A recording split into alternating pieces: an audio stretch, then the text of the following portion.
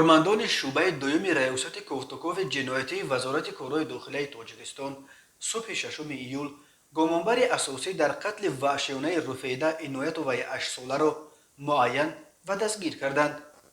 این کودک روز 4 ایول از نزد خانه‌شان در شهرک نوآباد در ناحیه رودکی گم شد و جسدش را روز 5 ایول پیدا کردند. مقامات رسما درباره این پرونده تا کنون شرح ندادند، ولی عمه کودک کشته شده سعیده عنایتوه که قبلا اعلان گم شدن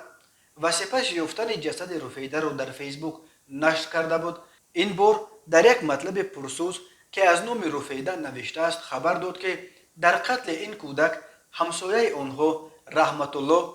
که رفیده با کودکانش دوگانه بود و همراه بازی میکرد گمانبر میشود. سعیده عنایتوی غبزده می نویسد که رحمت الله روز 4 ایول رفیده را با روی فریب به منزل خود برده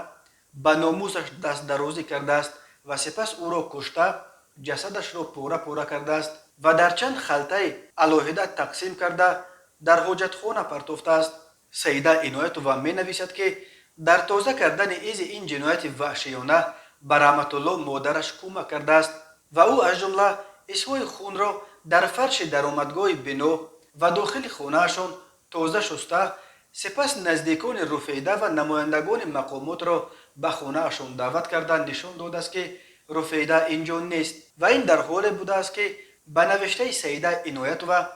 پاره‌های جسد رفیده در درون خلطه‌ها هنوز در این خانه پنهان کرده شده بود.